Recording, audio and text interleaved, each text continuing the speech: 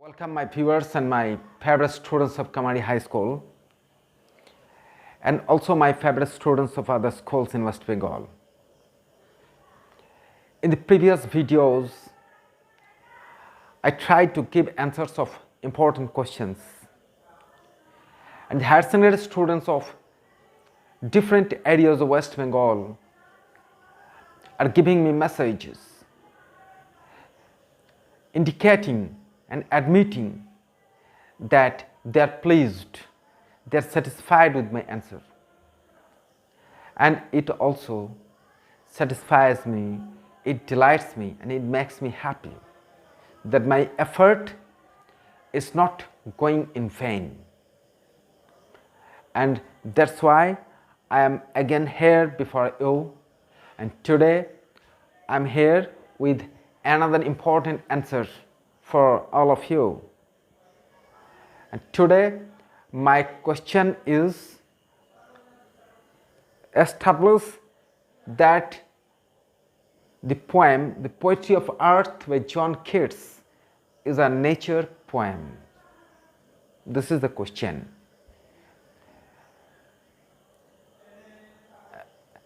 Now let me clarify. John Keats is a famous poet belonging to the group of romantic poets, and all romantic poets were the poets of nature, because romanticism has greatly to do with nature.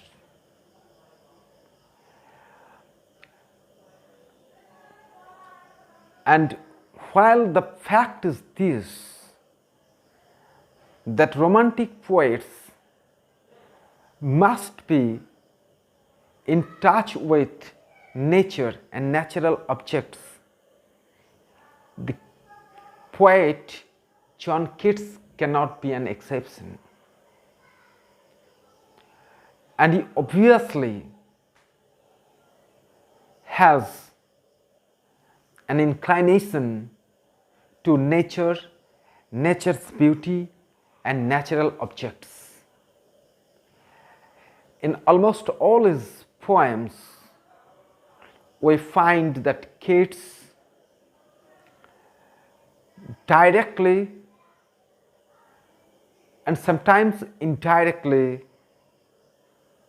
mentions and praises nature and nature's beauty and natural objects. And this poem in discussion is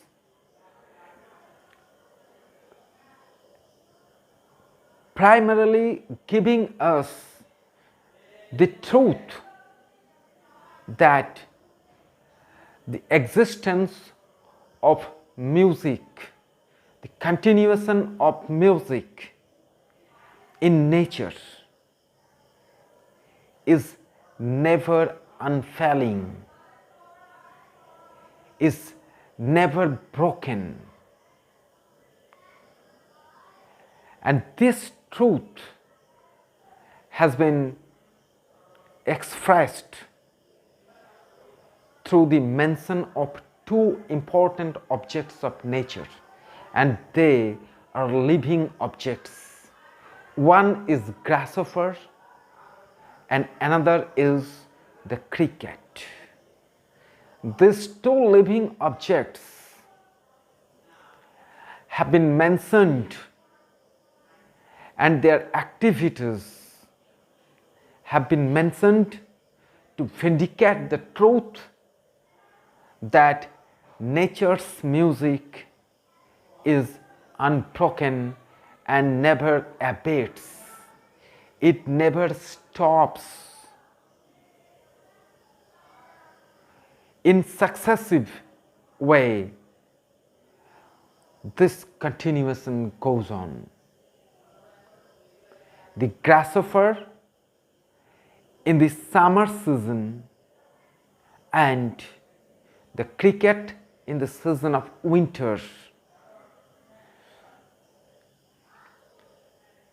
gives life to nature's music.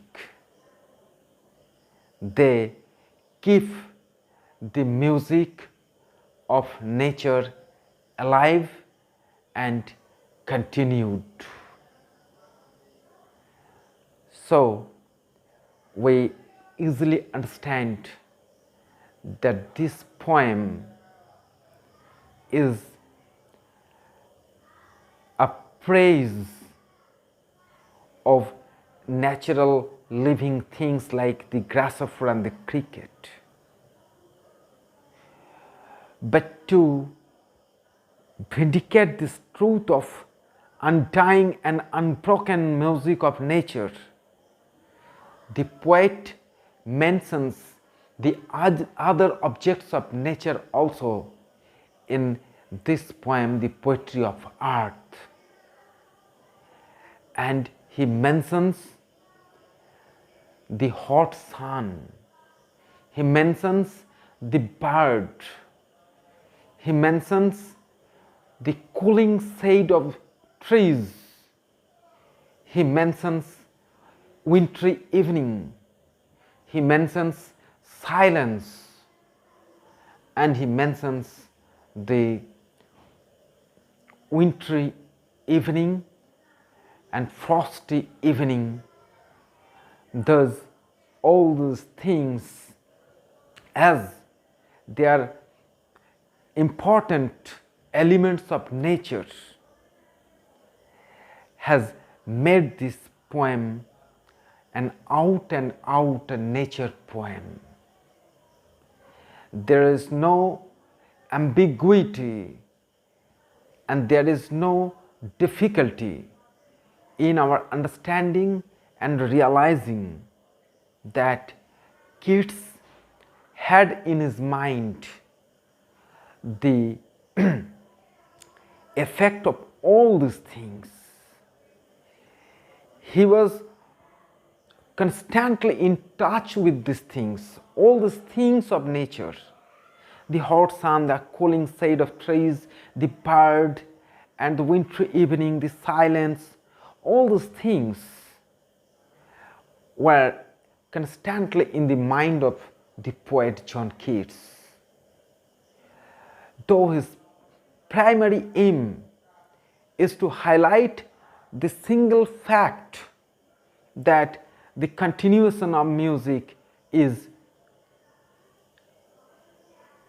a true fact, but he mentions these things, the other secondary things of nature in his poem.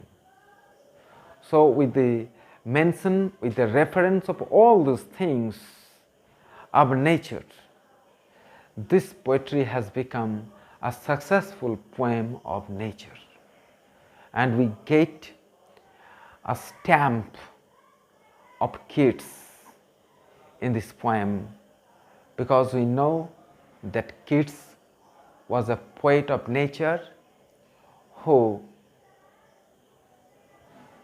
was also a poet of beauty.